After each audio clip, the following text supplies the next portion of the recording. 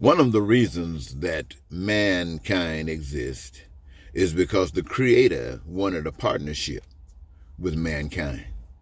A partnership with mankind. To teach mankind what partnership is, mankind was given a partnership that was visible, one with all kinds of benefits. A partnership. 1+1 that became 1/2. The same common goal, to live and to serve in partnership with the invisible partner, led by the Spirit of love from the invisible to the visible. Man, for those of you who can't understand it, it's like being married. You decide that this is the one. For this, you leave your teachings of your mother and your father. They have been your only human gods. Your mother and your father, your only human God. I mean, that's ordained by truth, not by government or all that other kind of crap. Your mother and your father, you walk from your mother and your father to become one with another. That represents the unity of humankind with the invisible. That represents each individual's relationship with God. Each individual's, not each group's per se, but each individual's relationship with God. This is not about anybody following somebody else. This is not about following traditions or following this faith or following this or that. It is an individual relationship with God.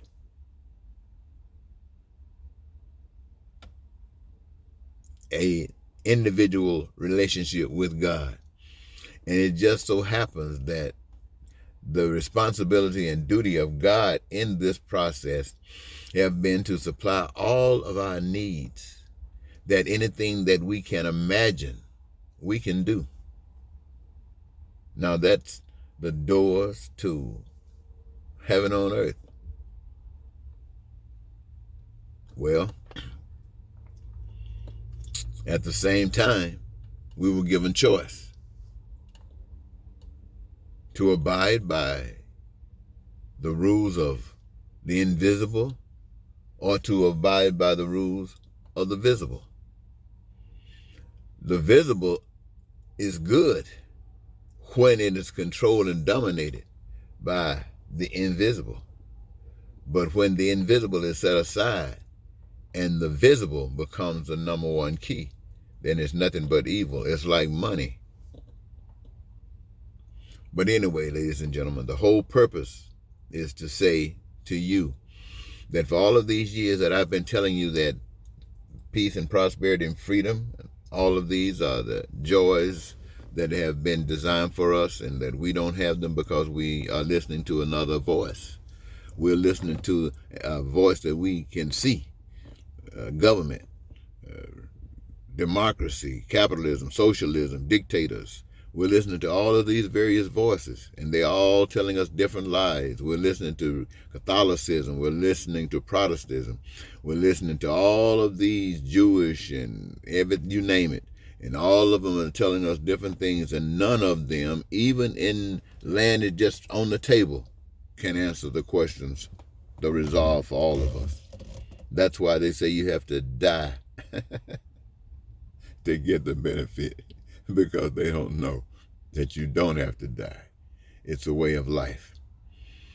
And so, ladies and gentlemen, loving God means respecting God, the invisible.